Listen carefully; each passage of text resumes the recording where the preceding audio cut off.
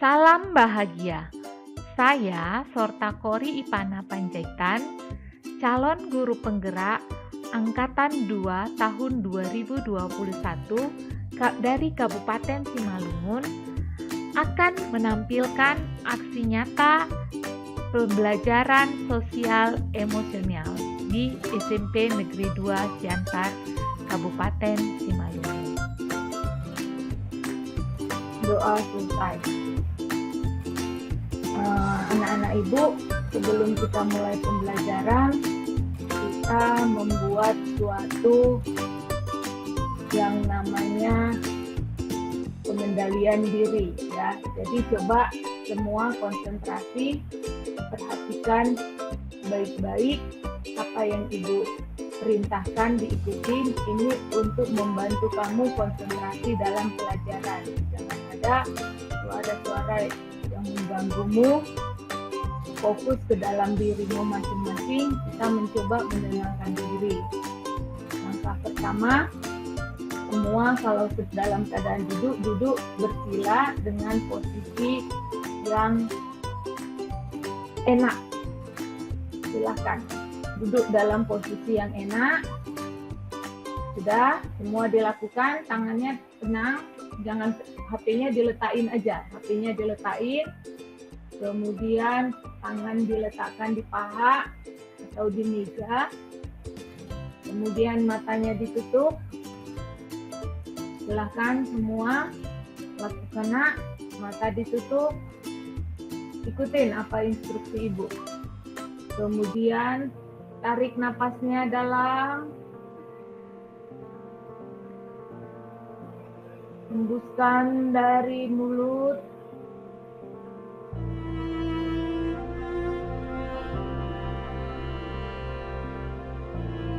Berulang begitu perlahan, tarik napas dari hidung, hembuskan dari mulut, begitu terus sampai rasakan apa yang ada di dalam dirimu. Rasakan pergerakan badanmu, rasakan pergerakan perutmu,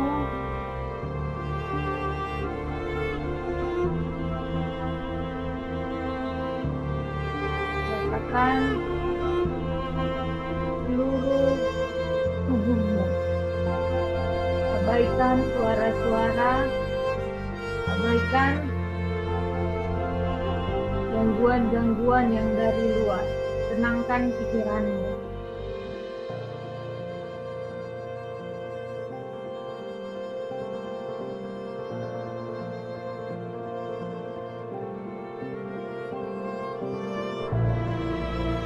Ini akan membantumu menenangkan diri untuk konsentrasi di dalam pelajaran kita hari ini.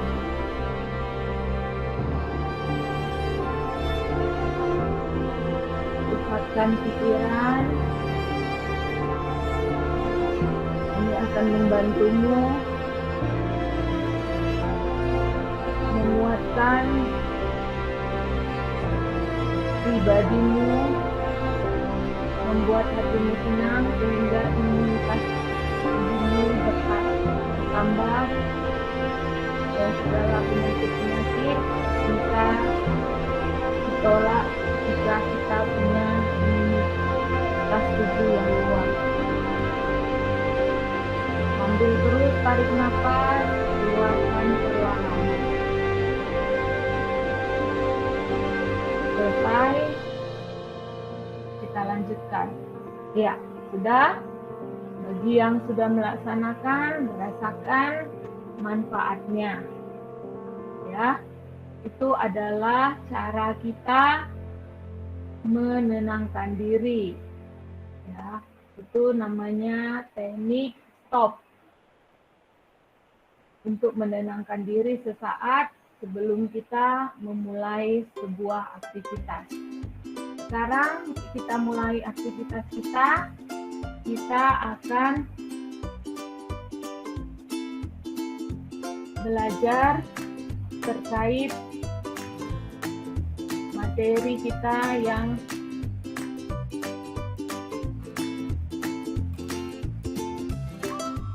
sudah kita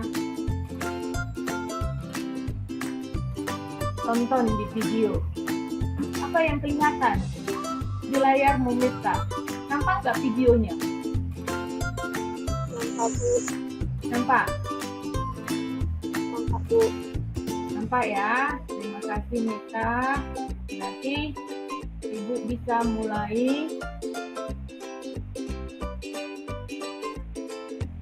Ini makanya saya ragu ini benarnya ada nggak orangnya ini ya. Revalina, Dwi, Inka, ini benar ada nggak orangnya ini? Kok nggak ada menjawab sama sekali?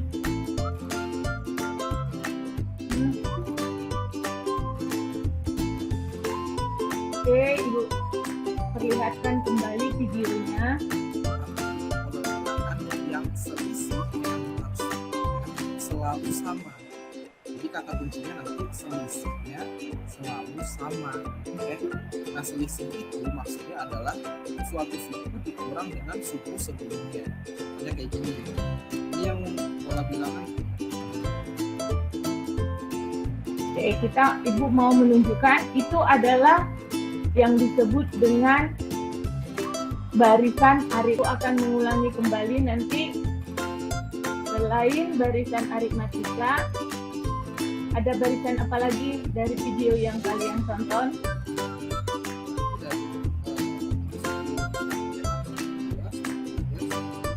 Deret, ya. Deret itu adalah menjumlahkan bilangan-bilangan daripada barisan tersebut. Jadi barisan dan deret tidak jauh berbeda. Enak ya?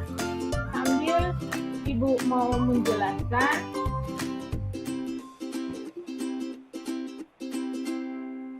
kalau ada pertanyaan silakan ditulis di chat ya.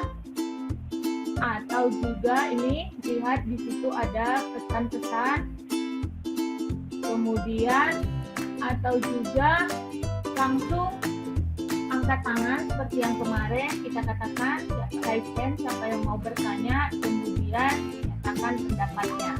Ya, sudah kelihatan papannya? Sudah, Bu. Sudah, Bu. Ya, 13579. Ini adalah contoh barisan aritmatika. Barisan ini kalau kamu ingat kemarin, ini barisan bilangan yang apa namanya? 13579 ini. Barisan apa kemarin? Masih kedengaran suara Ibu? Masih, Bu. Ya, barisan apa ini kemarinnya? 13579 dan seterusnya itu barisan apa? Kemarin kan ada barisan bilangan ganjil, genap, bahkan ada yang segitiga, ada yang persegi, ada persegi panjang. Itu kan kamu perhatikan ya. Ini berarti barisan bilangan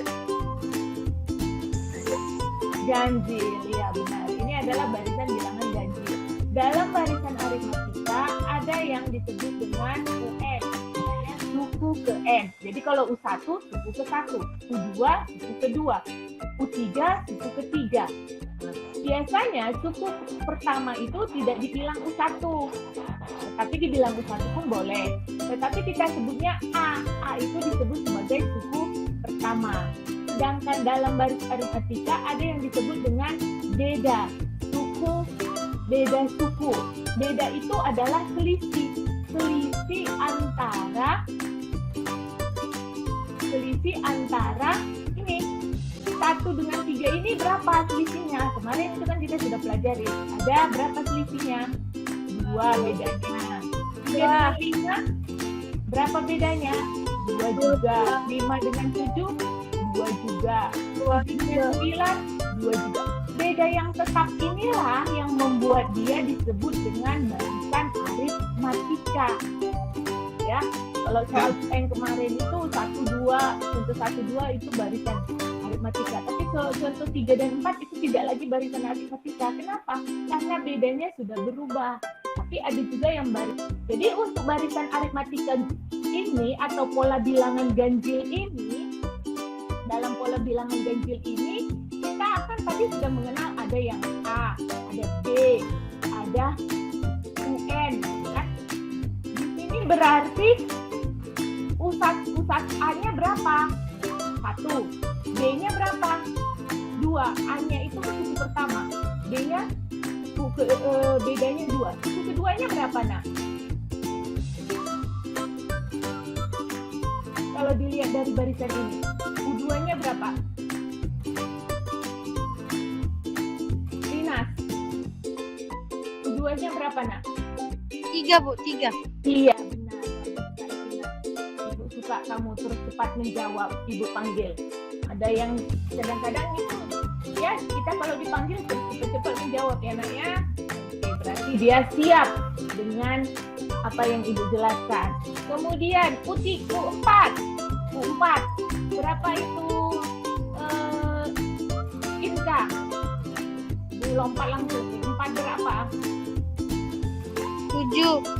Iya, bagus sekali. U4-nya 7. Nah, terkadang yang ditanyakan kepada kita itu bukan berurut atau yang sudah ada di gambar, tetapi yang tidak nampak. Misalnya yang ditanya adalah U25. Berapa U25? Nah, suku ke-25. Siapa yang tahu? Belum ada yang tahu, nggak apa-apa. Kita cari. Jadi berapa tadi? 1 ya. Tambah N-nya berapa? 500. Kurang 1 kali 2. 500 kurang 1 berapa, nak? 499. 199. Bagus. 499 kali 2.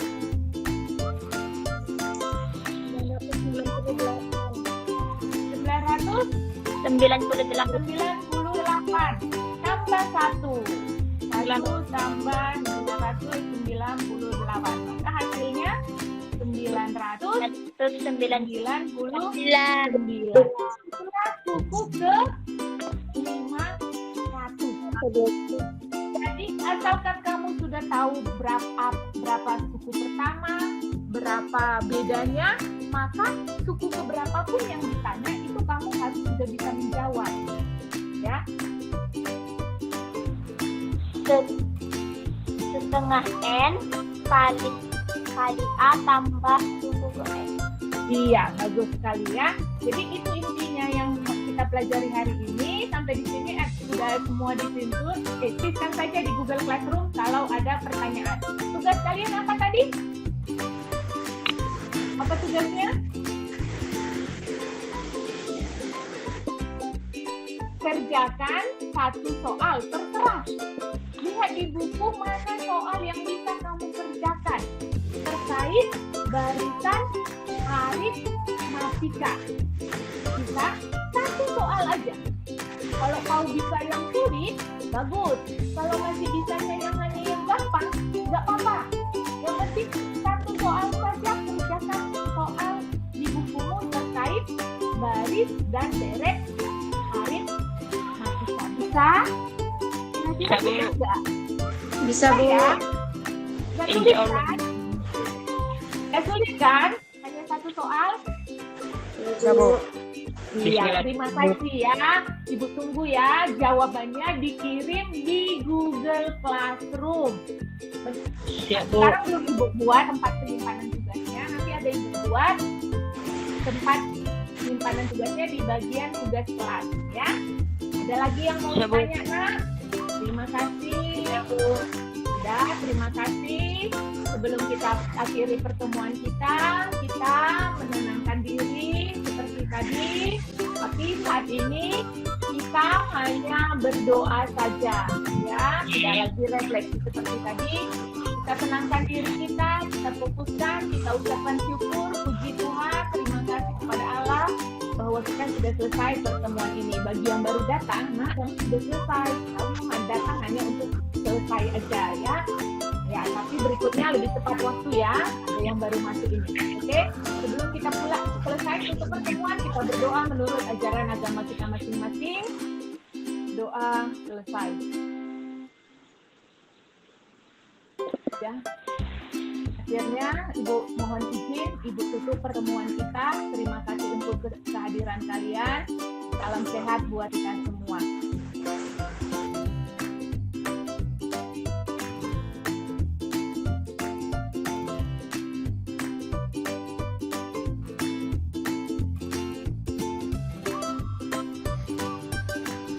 Dari aksi nyata yang saya buat, saya boleh mengambil refleksi terhadap apa yang sudah saya lakukan, bahwa pada perencanaan awal saya berpikir akan banyak siswa yang datang yang hadir pada pertemuan online saya dengan harapan mereka akan merasakan manfaat dari pembelajaran sosial emosional. Ternyata tidak seperti yang saya harapkan karena alasan sinyal sedang tidak ada paket atau yang lainnya. Jumlah siswa yang datang itu lebih sedikit dari yang saya duga. Dan pada pelaksanaannya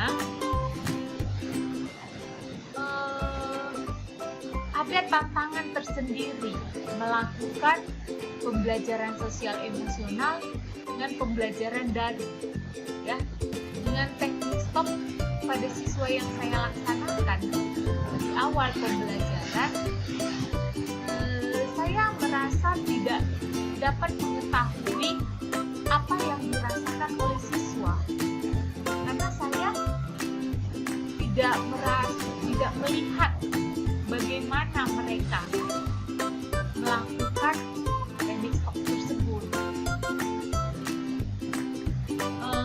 Jadi saya pikir ada kekurangan ketika kita melaksanakannya online, apalagi siswa yang belum begitu memahami makna atau bermanfaatannya. Jadi ke depan saya berpikir ada lebih baiknya lebih sering memberitahukan kepada siswa makna dari pelaksanaan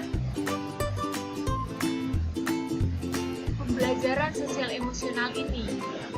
Dan setelah mereka merasakan manfaatnya, mereka akan tidak sulit untuk melakukannya. Jadi saya berpikir perlu faktor kebiasaan. Dan ada hal yang penting yang terpikir oleh saya ketika saya setelah melakukan pembelajaran aksi nyata PSD. Di sini saya berpikir mungkin untuk teknik ke depan saya akan meminta siswa melaksanakannya sendiri dan merekam ketika dia melaksanakan teknik tersebut. Jadi seperti bermeditasi dulu, dan tentunya perlu